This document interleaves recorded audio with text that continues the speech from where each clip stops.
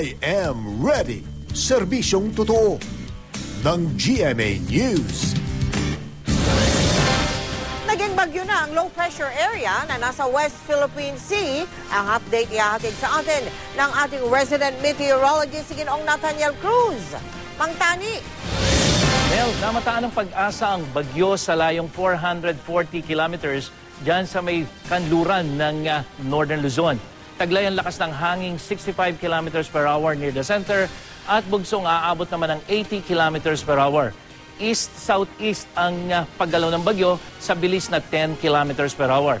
Tinatawag pa rin ito sa international name na GEMI dahil hindi pa ito pumapasok sa Philippine Area of Responsibility. Mang Tani, kailan inaasang papasok naman sa PAR yung bagyong yan? Mang Tani. Mel, base sa storm track ng Weather Central, bukas ng madaling araw, inaasahan itong papasok dito sa loob ng PAR. At kung sakali ay papangalanan itong Marse. Pero mababa ang tsansa nitong maglandfall dahil agad din itong lalabas dito sa ating PAR sa araw ng Biyernes.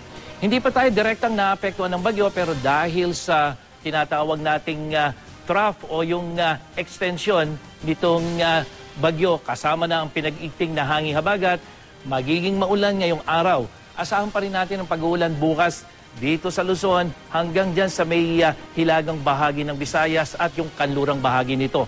Mas maganda naman ang magiging panahon dito sa natitirang bahagi ng Visayas hanggang dyan sa Mindanao. Paalala naman natin sa mga maglalayag, iwasan muna pong pumalaot dito sa western seaboard ng Luzon na kung saan aabot sa 2 metro ang itinaas ng alon sa nabanggit nating lugar. Para sa iba pang detalye, bisitahin ang GMA News weather page. Ako po si Nathaniel Cruz para sa I Am Ready, serbisyong totoo ng GMA News. Mel?